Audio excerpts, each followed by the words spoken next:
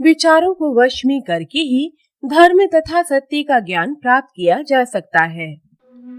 मित्रों, आजकल लगभग हर कोई शिक्षित है और स्वयं की दृष्टि से कामयाब भी है, जिस कारण वह स्वयं को दूसरों से अत्यधिक विद्वान तथा चरित्रवान समझता है।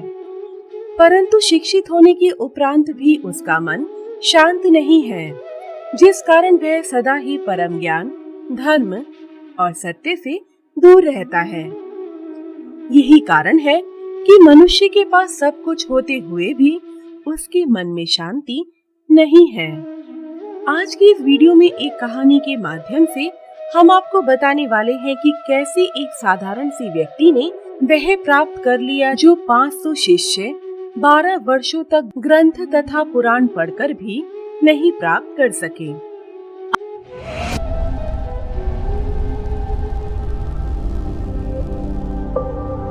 आप सभी का बहुत बहुत स्वागत है हमारे चैनल ज्ञान और वैराग्य में।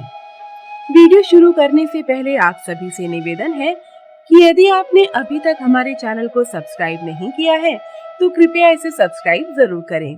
तो आइए वीडियो शुरू करते हैं। यह कहानी आज से बहुत समय पहले चाइना की है।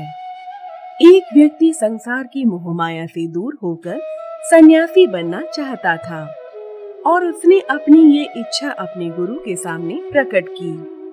तब उसके गुरु ने उससे प्रश्न किया कि क्या तू सच में सन्यासी होना चाहता है या फिर सिर्फ सन्यास का ढोंग करना चाहता है?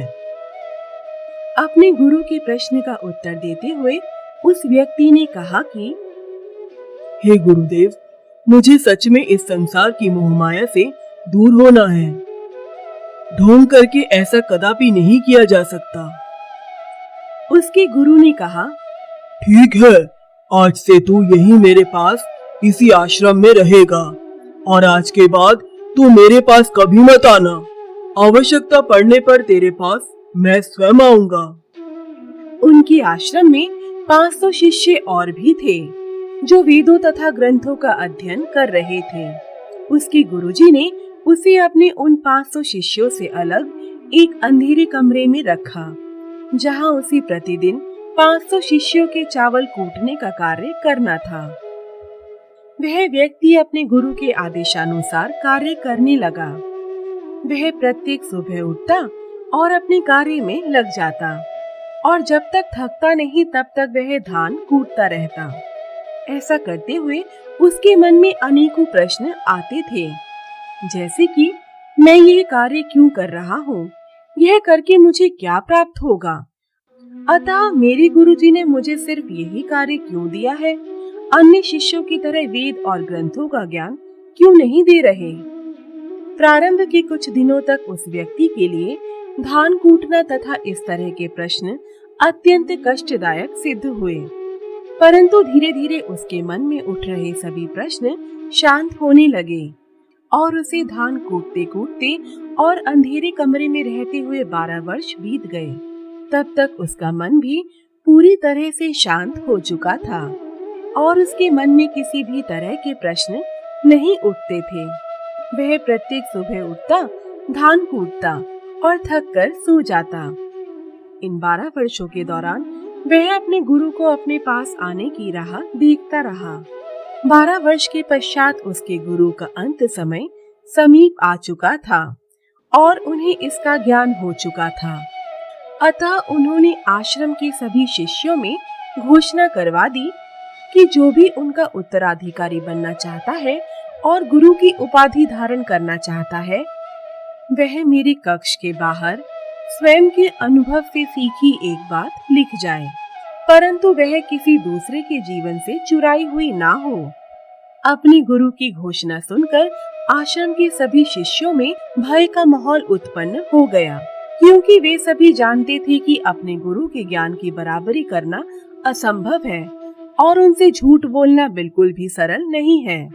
परंतु आश्रम का एक अत्यंत होनहार तथा ज्ञानी शिष्य रात में उनके कक्ष के बाहर यह शब्द लिख गया, मन एक दर्पण की तरह है, इस पर धूल जम जाती है, धूल को साफ कर दो तो धर्म और सत्य का अनुभव हो जाता है।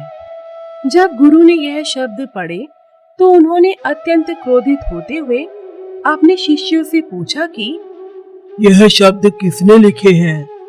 परंतु उनके इस प्रश्न का उत्तर किसी ने भी नहीं दिया, क्योंकि गुरु के क्रोध से बचने के लिए शब्द लिखने वाला शिष्य आश्रम छोड़कर जा चुका था एवं ये शब्द उसके स्वयं के नहीं थे, बल्कि ग्रंथ से लिए गए थे। भले ही गुरु क्रोधित थे, परंतु आश्रम के सभी शिष्य उन शब्दों की प्रशंसा कर रहे थे। एक दिन 4 शिष्य उन्हीं शब्दों के विषय में बात करते हुए उस कक्ष के बाहर से जा रहे थे, जिसमें वह व्यक्ति 12 वर्षों से चावल कूट रहा था, और उसने उनकी पूरी बात सुनकर हंसते हुए कहा कि ये बातें किस मूर्ख ने लिखी थी? एक धान कूटने वाले व्यक्ति के मुख से ऐसे अपमानजनक शब्द सुनकर वह चारों बोल पड़े। हम यहाँ अनेकों वर्षों से शिक्षा ग्रहण कर रहे हैं और तू 12 वर्षों से केवल धान ही कूट रहा है। अब तू हमें ज्ञान के बारे में बताएगा? अगर तेरे पास इससे अच्छा कोई विचार हो तो तू लिख के बता।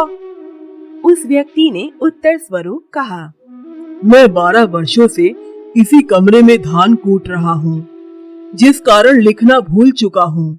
यदि कोई लिख दे और यह वचन दे कि मैंने लिखने को कहा है तो मैं बता सकता हूँ। उन चारों में से एक व्यक्ति ने कहा, ठीक है, तू बोल, हम लिखते हैं। तब उस व्यक्ति ने कहा, कैसा दर्पण, कैसी धूल, ना कोई दर्पण ना कोई धूल। जो इसे समझ लेता है उसे सत्य तथा धर्म का ज्ञान हो जाता है। उन चारों ने उस व्यक्ति की यह बात गुरु के कक्ष के बाहर लिख दी। जब गुरु को यह ज्ञात हुआ तो वह तुरंत रात्रि के समय ही उस व्यक्ति के पास पहुँचे और उससे कहा, पुत्र, मैं इसी समय की प्रतीक्षा में था।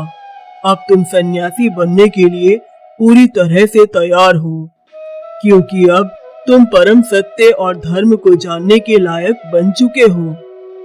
परम सत्य तथा आत्मज्ञान प्राप्त करने के लिए भगवान बुद्ध ने भी यही कहा था कि जब किसी व्यक्ति के मन में विचार उत्पन्न होना बंद हो जाते हैं, तब उसे पुनः ही परम सत्य का ज्ञान हो जाता है और वह स्वयं एवं ब्रह्मांड को समझने के काबिल बन जाता है।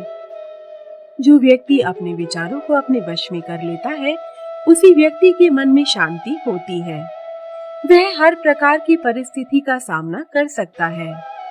तो आज के लिए इतना ही। आशा करती हूँ कि आपको हमारी आज की यह वीडियो पसंद आई होगी और आप सभी से निवेदन है कि यदि आपको हमारी आज की यह वीडियो पसंद आई हो तो उसे लाइक करें, अपने दोस्तों के साथ शेयर करें और हमारे चैनल को सब्सक्राइब करना बिल्कुल न भूलें। तो मिलते हैं अगली वीडियो में, तब तक के लिए नमस्कार।